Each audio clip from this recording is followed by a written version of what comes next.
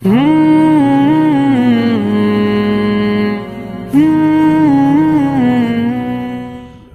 জানি পৃথিবীর সর্বপ্রথম গৃহ হচ্ছে কাবাতুল্লাহ, খানায়ে কাবা সর্বপ্রথম গৃহ।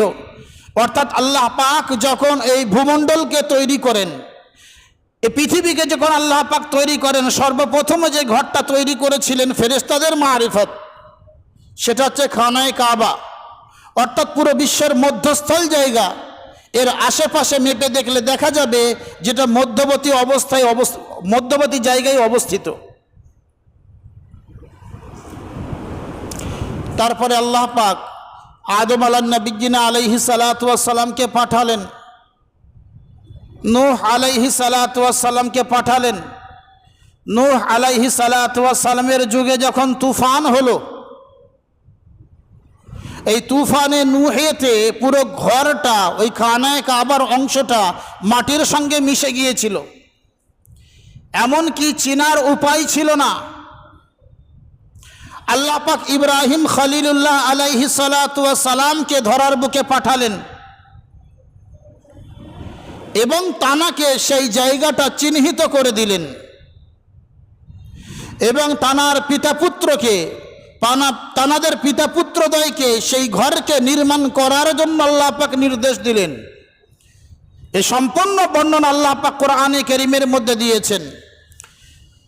যেমন আমরা দেখতে পাই সূরা হজের 26 নম্বর আয়াতে আল্লাহ বলছেন, ওয়াইদ বাওয়ানা লি ইব্রাহিম মাকানাল বাইত, আমি যখন পরিচয় করিয়ে দিলাম, চিহ্নিত করিয়ে দিলাম ইব্রাহিমকে বাইতুল্লাহর জায়গা। অর্থাৎ তুফানে নূহেতে নূহ আলাইহিস সালাতু ওয়াস সালামের যুগের প্লাবনে বাইতুল্লাহ শরীফ পুরো মাটির সঙ্গে মিশে গিয়েছিল। এই বাইতুল্লাহ শরীফ মাটির সঙ্গে মিশে যাওয়ার ফলে মানুষ চিনতে পারত না মূল জায়গা কোনটে। আল্লাহ পাক হযরতে ইব্রাহিম আলাইহিস সালাতু ওয়াস সালামকে জিবরিল মারিফত জানিয়ে দিলেন যে আমার যে পবিত্র ঘর, পৃথিবী ভূমণ্ডলের মধ্যস্থ জায়গা, যেখানে মানুষের মেলবন্ধন হবে, যেখানে আসলে মানুষ পূর্ণতা পাবে, যেখানে মানুষ দূর দূরান্ত থেকে এসে হজের জন্য আসবে, সেই ঘরটার জায়গা হচ্ছে এইটা। ইব্রাহিম আলাইহিস সালাতু ওয়াস সালামকে দেখিয়ে দেওয়া হলো এবং আল্লাহ পাক ইব্রাহিম আলাইহিস সালাতু ওয়াস সালামকে হুকুম দিলেন, ইব্রাহিম তুমি আমার ঘরকে পুনরায় নির্মাণ করো। ইব্রাহিম আলাইহিস সালাতু ওয়াস সালাম তানার ঘরকে পুনরায় নির্মাণ করলেন। নির্মাণ করতে সময় লাগলেন। এই নির্মাণ করার মাঝে একটা বিশেষ অলৌকিক ঘটনা ঘটে গিয়েছিল। সেটা কি, যে ইব্রাহিম আলাইহিস সালাতু ওয়াস সালাম ওই খানায়ে কাবার দেওয়ারকে নির্মাণ করার সময় তিনি যখন ইট সাজাচ্ছেন, তার সন্তান যখন ইট এনে দিচ্ছেন, ওই ইট সাজানোর মুহূর্তে তিনি একটা পাথরের উপরে অবস্থান করেছিলেন।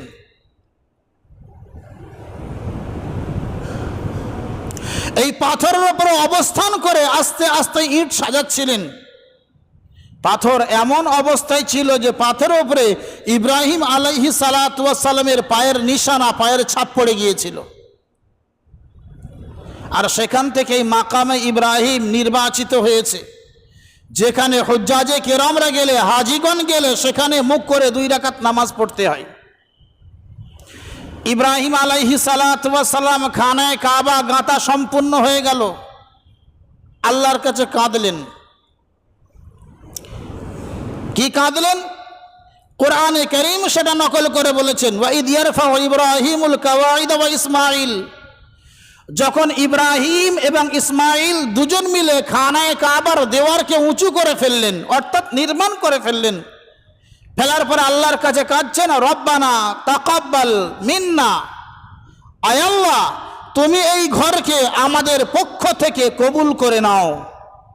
অর্থাৎ তোমার হুকুমে যে আমরা ঘরটা নির্মাণ করেছি, এই ঘর নির্মাণ করাকালীন অনেক গাফলাতি হয়েছে, অনেক বিয়াদবি হয়েছে, অনেক কিছুই হতে পারে, কিন্তু সমস্ত কাজের মূল অংশ হলো তোমার দরবারে গৃহীত হওয়া। তাকাব্বাল মিন্না ইন্নাকা আনতাস সামিউল আলিম, আয় আল্লাহ তুমি এই ঘরকে আমার পক্ষ থেকে কবুল করে নাও। আল্লাহ পাক সেই ঘরকে কবুল করলেন। আল্লাহ পাক সেই ঘরকে কবুল করলেন এবং ঘর কবুল করে ক্ষান্ত নন, আল্লাহ পাকের কাছে ইব্রাহিম আলাইহিস সালাতু ওয়াস সালাম আরো একটা দোয়া দিয়েছিলেন, ওয়াজআল আফইদাতান নাসি তাহভি ইলাইহিম। আল্লাহ, তুমি এই ঘরটাকে এমন তৈরি করো মানুষের অন্তরগুলোকে যেন এদিকে ঝুঁকিয়ে দিও। ওয়াজআল আফইদাতান নাস, মানুষের অন্তরগুলোকে বানিয়ে দিও তাহভি ইলাইহিম, যারা তাদের অন্তরগুলো এর দিকে ঝুঁকে থাকে। ইব্রাহিম আলাইহিস সালাতু ওয়াস সালামের যুগ থেকে এই পর্যন্ত সে মানুষ যারা ওখানে থাকতো মুশরিক, তাদেরও অন্তর খানায় কাবার সঙ্গে লেগে থাকতো। এবং বর্তমান সময়ে আমাদের এই প্রত্যেকের মন চায় যে আমরা ওই পর্যন্ত পৌঁছাই। এমনকি এ কথা হতে হতে মানুষ যারা হজ করে ফেরে তাদের ফিরতে মন চায় না, যারা হজ করে ফেরে তাদের ফিরতে মন চায় না। ফিরে আসার পরেও বারে বারে মনটা চায় ওই দিকেই পড়ে থাকে যে আল্লাহ, একবার তো গিয়েছি তোমার তৌফিকে, আর একবার কি হবে না? ভগ্ন হৃদয়ে আল্লাহর দরবারে হাত তুলে যে তারা 5 ওয়াক্ত নামাজে দোয়া চাই, আল্লাহ একবার দেখে তো স্বাদ মিটলো না, আরো একবার কে দেখার সুযোগ হবে না? এই খানায় কাবাকে জিয়ারত করা, হজ করার তৌফিক কাদের হবে? আল্লাহ পাক কোরআনে কারীমের মধ্যে সেটাও কিছুটা ইঙ্গিত করেছেন। এবং আল্লামা কুরতুবী রাহমাতুল্লাহ আলাইহি তাফসিরে কুরতুবীর মধ্যে লম্বা বিশ্লেষণও এনেছেন। ইব্রাহিম আলাইহিস সালাতু ওয়াস সালাম যখন ঘর নির্মাণ করে কমপ্লিট করলেন, আল্লাহ পাক ইব্রাহিম আলাইহিস সালাতু ওয়াস সালামকে সম্বোধন করে বললেন, ওয়াআযিন ফিন নাসি বিল হজ। ইব্রাহিম, তুমি মানুষের মাঝে হজের আওয়াজ দাও, হজের জন্য আহ্বান জানাও, হজ যে মানুষের উপরে ফরজ করা আছে প্রচার করতে লাগো। করলে কি হবে? ইয়াতুকা রিজালান, অনেক মানুষ সেখানে আসবে পায়ে হেঁটে, ওয়া আলা কুল্লি দামিরিন, এবং রুগ্ন শুকনো উটের পিঠে আরোহণ করে, অর্থাৎ তাদের মোটা তরতাজা উট দূর দূরান্ত থেকে আসার কারণে দীর্ঘদিন খাওয়া না পাওয়ায় রুগ্ন শুকনো হয়ে যাবে, শুকিয়ে যাবে, তারাও এমন অবস্থায় খানায় কাবার কাছে আসবে। মিন কুল্লি ফাজ্জিন আমিক, প্রতি দূর দূরান্ত থেকে। ইব্রাহিম আলাইহিস সালাতু ওয়াস সালামকে আল্লাহ পাক বললেন, ওয়াআযিন ফিন নাসি বিল হজ্জি ইয়াতুকা রিজালান ওয়া আলা কুল্লি দামির ইয়াতিনা মিন কুল্লি ফাজ্জিন আমিক। হে ইব্রাহিম, তুমি মানুষের মাঝে আওয়াজ দাও হজের জন্য। এই আওয়াজ দিলে মানুষ দূর দূরান্ত থেকে পায়ে হেঁটে উটের পিঠেই আরোহণ করে এই খানায় কাবার কাছে আসবে হজ করার জন্য। আল্লামা কুরতুবী রহমাতুল্লাহ আলাইহি এই ওয়াকিয়াকে সুন্দরভাবে তাফসীর করতে করতে লিখেছেন।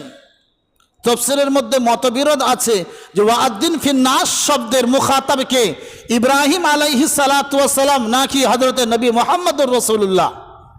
তাফসীরের মধ্যে দুটো কথাই লেখা আছে। ইব্রাহিম আলাইহিস সালাতু ওয়াস সালামের ঘটনাকে লম্বা করে তুলে ধরেছেন। আল্লামা কুরতুবী রাহমাতুল্লাহ লিখছেন, লাম্মা ফারাগা ইব্রাহিম আলাইহিস সালাম মিন বিনাইল বাইতি আকিল আলাহ। ইব্রাহিম আলাইহিস সালাতু ওয়াস সালাম যখন বাইতুল্লাহ শরীফ নির্মাণ করে, সম্পূর্ণ নির্মাণ করে ফারিগ হলেন, তানাকে বলা হলো আযিন ফিন নাসি বিল হজ, আযিন বিন নাসি ফিল হজ। ইব্রাহিম, তুমি মানুষের মাঝে হজের ঘোষণা করো, মানুষের মাঝে হজ করার জন্য আহ্বান জানাও, মানুষকে হজ ফরজ করা হয়েছে তার সংবাদ জানাও। এখন ইব্রাহিম আলাইহিস সালাতু ওয়াস সালাম মক্কায় আছেন। আমরা উত্তর 24 পরগনার মানুষ, ভারতবর্ষের মানুষ, বিভিন্ন বাংলাদেশের মানুষ, বিভিন্ন দেশের নাগরিক বিভিন্ন জায়গায় ছড়িয়ে ছিটিয়ে আছে। ইব্রাহিম আলাইহিস সালাতু ওয়াস সালাম রবের কাছে প্রশ্ন করলেন, ইয়া রব ওমা ইয়াবলুগু সাউতি। আল্লাহ, তুমি তো আমাকে হুকুম দিলে আওয়াজ দেওয়ার জন্য, আমি আওয়াজ তো ঠিকই দিয়ে দেব। কোনো মাইকের ব্যবস্থা নাই, কোনো লাউড স্পিকারের ব্যবস্থা নাই, কোনো উচ্চ ধ্বনির ব্যবস্থা নাই, আমার আওয়াজ মানুষের কাছে কিভাবে পৌঁছাবে? আল্লাহ পাক বললেন, আদ্দিন ওয়া আলাইয়াল বালা ওয়া আলাইয়াল ইবলাগ। আল্লাহ বললেন, ইব্রাহিম তুমি আওয়াজ দাও, তোমাকে আওয়াজ দেওয়ার হুকুম আমি দিলাম, তুমি আওয়াজ দাও, কিন্তু পৌঁছে দেওয়ার দায়িত্ব আমি রব্বে-দুল জালাল তো নিয়ে নিলাম। আল্লাহ পাক স্বয়ং ইব্রাহিমের আওয়াজকে মানুষের কান পর্যন্ত পৌঁছানোর জন্য, মানুষের হৃদয় পর্যন্ত পৌঁছানোর জন্য আল্লাহ পাক নিজে দায়িত্ব নিয়েছেন। আল্লাহ পাক ইব্রাহিমকে বললেন, ইব্রাহিম তুমি আওয়াজ দাও, পৌঁছানোর দায়িত্ব তো আমার উপরে। ইব্রাহিম আলাইহিস সালাতু ওয়াস সালাম সঙ্গে সঙ্গে আওয়াজ দেওয়ার জন্য তিনি উঠলেন। তাফসীরের মধ্যে 3 ধরনের কথা লেখা আছে। এক জায়গায় লেখা আছে একই তাফসীরে, কেউ কেউ বলেছেন তিনি মাকামে ইব্রাহিমের যে পাথর ছিল সেই পাথরের উপরে উঠে তিনি আওয়াজ লাগিয়েছেন। আর কিছু কিছু মুফাসসিরিনগণ লিখেছেন জাবাল আবি কুবায়সে গিয়ে তিনি আওয়াজ লাগিয়েছেন। কেউ কেউ গিয়ে লিখেছেন তিনি গারে হিরায় গিয়ে তিনি আওয়াজ লাগিয়েছেন। সুতরাং ইব্রাহিম আলাইহিস সালাতু ওয়াস সালাম ফাসাইদা ইব্রাহিম ও খলিলুল্লাহ জাবাল আবি কুবায়স ওয়াসা।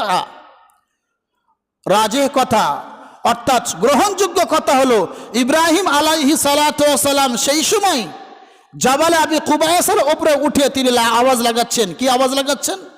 ইয়া আইয়ুহান নাস ইন্নাল্লাহ ক্বাদ আমারাকুম বিহাজ্জি হাদাল বাইত। ইব্রাহিম বলছেন, আয়ে পৃথিবীর মানুষ শোনো, ইন্নাল্লাহ আমারাকুম বিহাজ্জি হাদাল বাইত।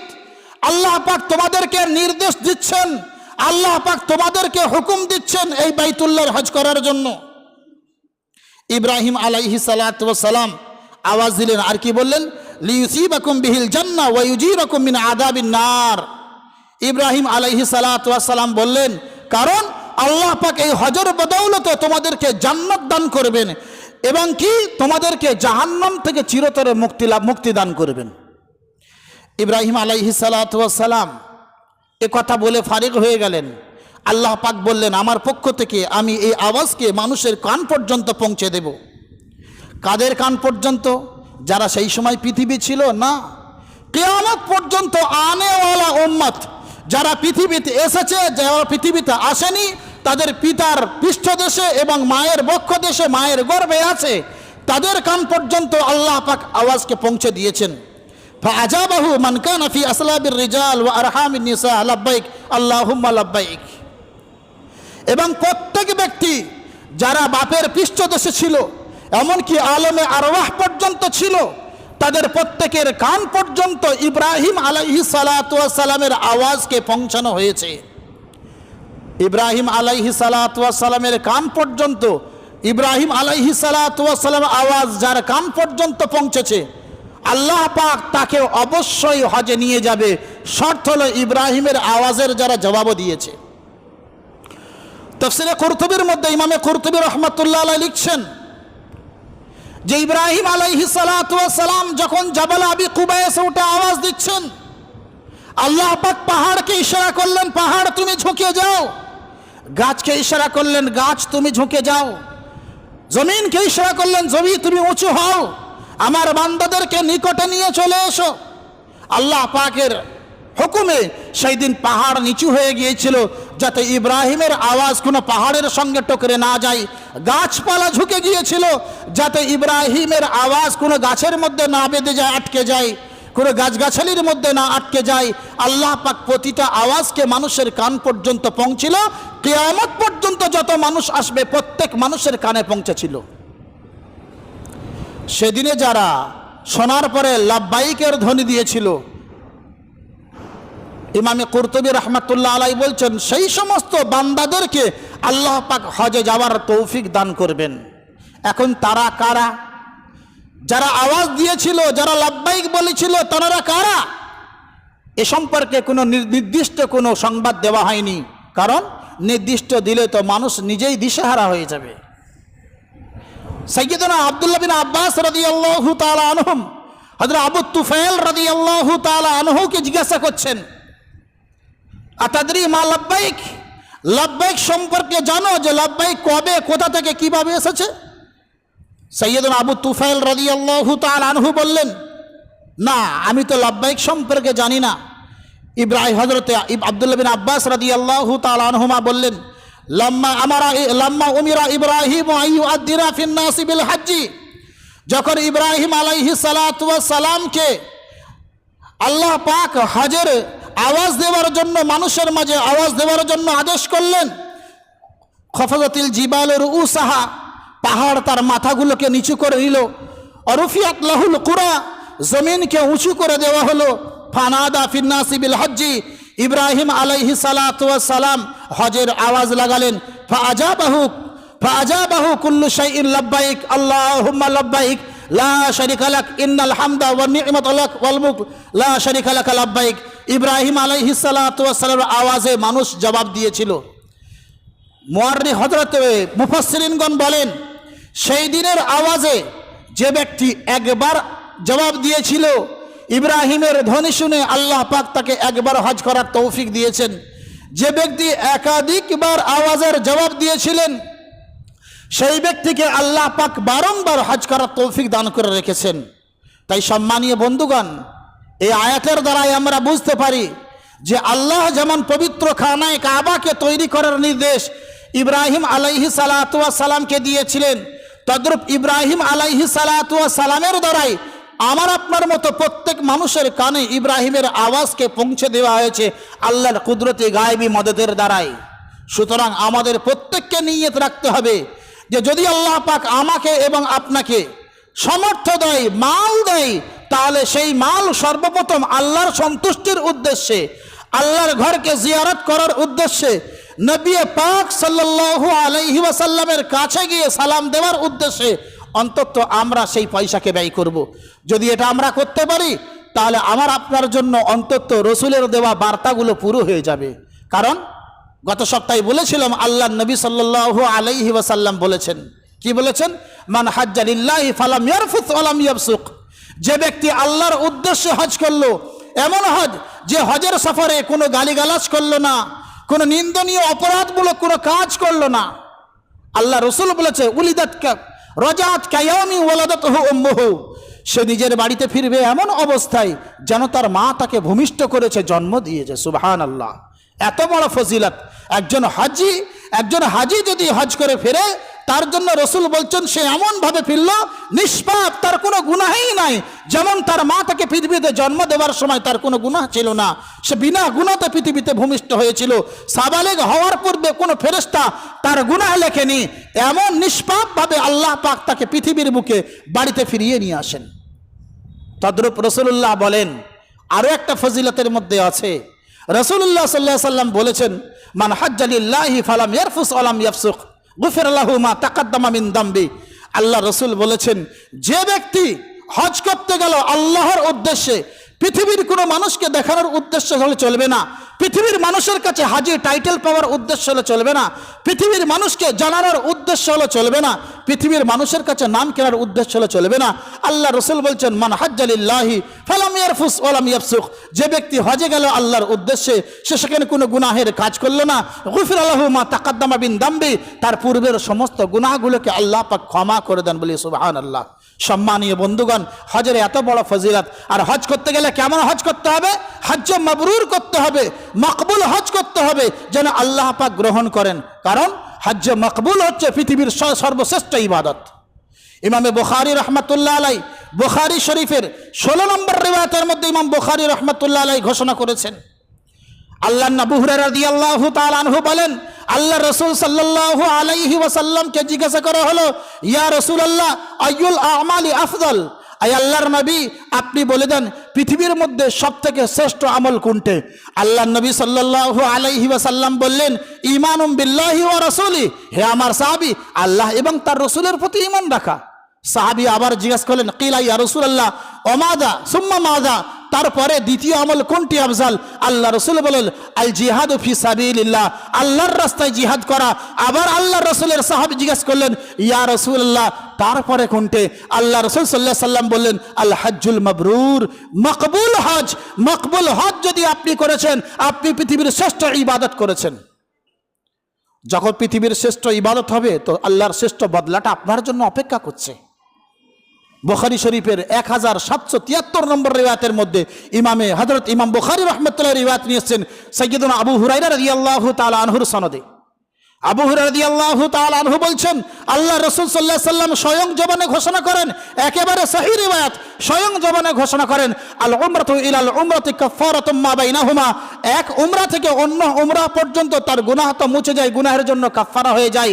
আল হজ্জুল মাবরুর লাইসা লাহু জাযাউন ইল্লাল জান্নাহ। আল্লাহ রাসূল বলছে, মনে রেখো হে আমার উম্মত, হজ্জ মাবরুর, মকবুল হজ, এর কোনো বদলা হয় না জান্নাতবিহীন। সুবহানাল্লাহি ওয়া বিহামদিহি। সম্মানীয় বন্ধুগণ, এই হজ্জে মাবরুর করার জন্য কেবলমাত্র আপনার আমার মনে একটা উদ্দেশ্য থাকতে হবে, সেটা হচ্ছে আল্লাহকে রাজি করা। পৃথিবীর কোনো মানুষকে ধোঁকা, পৃথিবীর কোনো মানুষের কাছে নাম কেনার জন্য নয়, পৃথিবীর কোনো মানুষের কাছে লোকাব অর্জন করার জন্য নয়, পৃথিবীর কোনো মানুষ আমাকে হাজি বলুক সেজন্য নয়। বর্তমান সময়ে হজটা একটা রিয়াকারীর সঙ্গে তুলনা হয়ে গিয়েছে, অথচ রিয়া করা পৃথিবীর রিয়া করা শিরকের মধ্যে একটা ছোট শিরক। আল্লাহ পাক পবিত্র কালাম পাকের মধ্যে সে সম্পর্ক দীপ্ত কণ্ঠে আল্লাহ পাক বলেছেন, মান কানা ইয়ারজু লিকা রাব্বি, হে পৃথিবীর মানুষ শোনো, তোমাদের মধ্য থেকে যে সমস্ত ব্যক্তিরা নিজের প্রভুর সঙ্গে মুলাকাত করতে চায়, নিজের প্রভুর সঙ্গে মুলাকাত করতে চায়, ফালিয়ামাল আমালান সালিহা, তারা যেন সৎ আমল করে, ওয়ালা ইশরিক বিইবাদাতি রাব্বিহি আহাদা, তারা যেন নিজের রবের সঙ্গে কোনো কাউকে শরীক না করে। মুফাসসিরিনগণ এই আয়াতের তাফসীর ওয়ালা ইশরিক বিইবাদাতি রাব্বি আহাদা এর তাফসীর করতে গিয়ে মুফাসসিরিনগণ বলেন, এখানে শিরক বলতে কি, আল্লাহর ইবাদতের সঙ্গে শিরক বলতে কি, অর্থাৎ একটা ইবাদতকে আল্লাহ পাক নিজের জন্য খাস করেছেন, সেই ইবাদতটা করা কোনো মানুষের বা কোনো মাখলুকের সন্তুষ্টির জন্য, এটা হচ্ছে শিরক। উদাহরণস্বরূপ, আপনি নামাজ পড়ছেন মানুষকে দেখানোর জন্য, তাতে লোক আমাকে নামাজি বলুক। আপনি নামাজ পড়ছেন না, আপনি দান করছেন মানুষকে দেখানোর জন্য, লোক যেন আমাকে দাতা বলে। আপনি হজ করছেন মানুষকে দেখানোর জন্য, যেন লোক যেন আমাকে হাজি বলে। আল্লাহ পাক বললেন, ওয়ালা ইশরিক বিইবাদাতি রাব্বি আহাদা, হে আমার বান্দা, তুমি তোমার প্রভুর সঙ্গে কাউকে শরীক, প্রভুর ইবাদতের সঙ্গে কাউকে শরীক করো না। আল্লাহ তো বলছে, ওয়াতিমুল হজ্জ ওয়াল উমরাতা লিল্লাহ, হে আমার বান্দা, তোমরা হজ করো, উমরা করো, আল্লাহর উদ্দেশ্য করো, পৃথিবীর কোনো মানুষের উদ্দেশ্য করো না, পৃথিবীর কোনো মানুষের সন্তুষ্টির উদ্দেশ্য করো না, পৃথিবীর কোনো মানুষকে ভালোবাসার উদ্দেশ্য করো না। অথচ বর্তমান সময়ে আমাদের হুজ্জাজে কেরামরা হজে যান, গত সপ্তাহে বলেছি, আবারও এই সপ্তাহে বলেছি, কি করেন?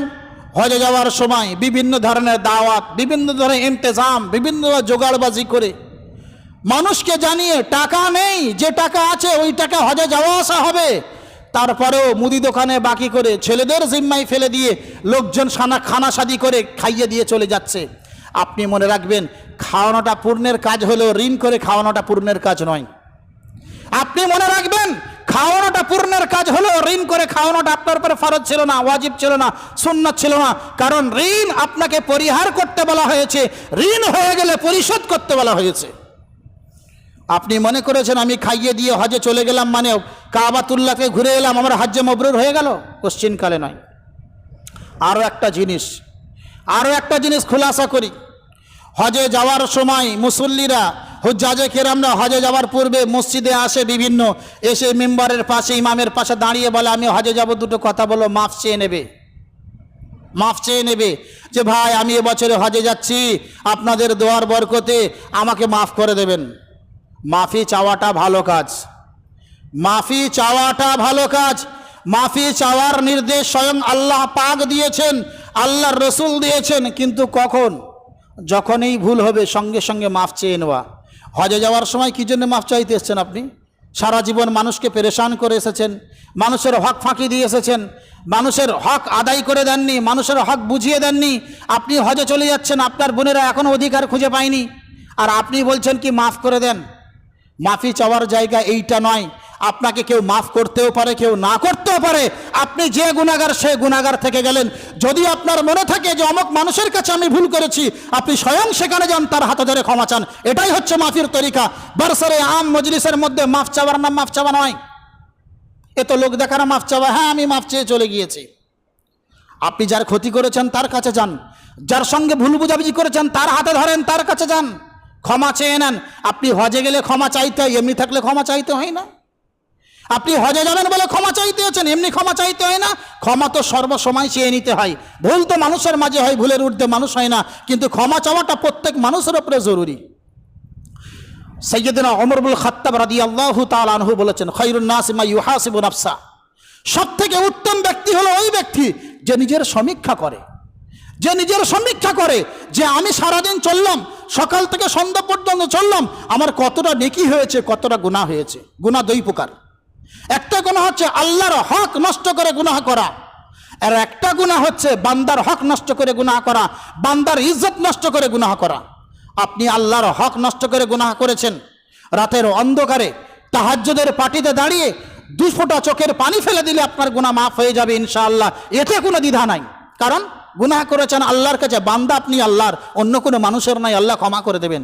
কিন্তু যে গুনাহটা গ্রামের মানুষের কাছে করেছেন, যে গুনাহটা প্রতিবেশীর হক আদা নষ্ট করে করেছেন, যে গুনাহটা নিজের ভাইয়ের অধিকার নষ্ট করে করেছেন, যে গুনাহটা ভাইয়ের 1 বিঘত জমি মেরে দিয়ে করেছেন, যে গুনাহটা বোনদের অধিকার নষ্ট করে করেছেন, সেটা কোনোদিন ক্ষমা হবে না। রাসূলুল্লাহ সাল্লাল্লাহু আলাইহি সাল্লামের কাছে জিবরিল আমিন আলাইহিস সালাতু ওয়াস সালাম এসে বললেন, আয় আল্লাহর নবী, আল্লাহ পাক আপনার উম্মতের জন্য সংবাদ জানিয়েছেন, সুসংবাদ। বলছে কি? বলছে আপনার উম্মতকে ক্ষমা করে দেওয়া হয়েছে। আল্লাহ নবী সাল্লাল্লাহু আলাইহি সাল্লাম বড় আনন্দ, উম্মত ক্ষমা পাবে আর রসুল খুশি হবে না, এটা হতেই পারে না। আল্লাহ রসুল বড় আনন্দিত। পরবর্তীতে জিবরিল আমিন এসে বলছেন, ইয়া রাসূলুল্লাহ ইল্লা দাইন, আয় আল্লাহর নবী, সব গুনাহ তো ক্ষমা করা হয়েছে আল্লাহর পক্ষ থেকে, কিন্তু ঋণ ক্ষমা করা হয়নি। ঋণ ক্ষমা করা হয়নি। ঋণ যেমন কদের হোক, অর্থের ঋণ হোক, জমির ঋণ হোক, হুকুকুল ইবাদের ঋণ হোক, যে কোনো ধরনের ঋণ হোক, সে ঋণ কিন্তু ক্ষমা করা হয়নি। বান্দা যতক্ষণ না সে ঋণ আদায় করবে ততক্ষণ তার ঋণ ক্ষমা করা হবে না। তাই আমরা সজাগ হই। কিছুদিন পূর্বে আপনারা জানেন এরকম একটা ঘটনা এলাকায় ঘটেই গিয়েছে, সকলেই জেনে গিয়েছে, সকলেই জানে। জমি জায়গা নিয়ে মুআমালা, সন্তানরা জায়গার আড়াআড়ি বেঁধে গিয়েছে। সম্মানীয় বন্ধুগণ, এমন কাজটা করবেন না আল্লাহর ওয়াস্তে। পৃথিবীতে আমি আপনি চিরকাল থাকতে আসিনি, পৃথিবীতে আমি আপনি চিরদিন থাকতে আসিনি, কিন্তু সন্তান যাকে জন্ম দেয় সে তো আমার সন্তান। সে ভালো নয়, মন্দ যদি হয় তা আমার ভুলের কারণে মন্দ হয়েছে, আমার ভুলের কারণে মন্দ হয়েছে, আমার পরিচালনার ভুলের কারণে মন্দ হয়েছে, আমার তরবিয়তের ভুলের কারণে মন্দ হয়েছে। তার জন্য দায়ী আমি প্রথম, তারপরে সন্তান। তাকে বোঝানোর দরকার ছিল। তার জন্য তার অধিকার ফাঁকি দিয়ে চলে যাবেন, তাকে কিছু দিয়ে যাবে না, তাকে বলে যাবে না, এমনটা করবেন না। এতে বড় কষ্ট লাগে ওই সময় যখন ঠিক আইনে ওয়াক্তে মানুষ বাধা প্রদান করে। তার শেষ লগ্নে মানুষ দেওয়ার জন্য এসেছে, তার কলস মুক্ত, তার কলসিত মুখ দেখে মানুষ বাড়ি ফিরে যাচ্ছে। আল্লাহ পাক আমাকে এবং আপনাকে বোঝার তৌফিক দান করুন। আমিন। আখির দাওয়ানা আনিল হামদুলিল্লাহি রাব্বিল আলামিন।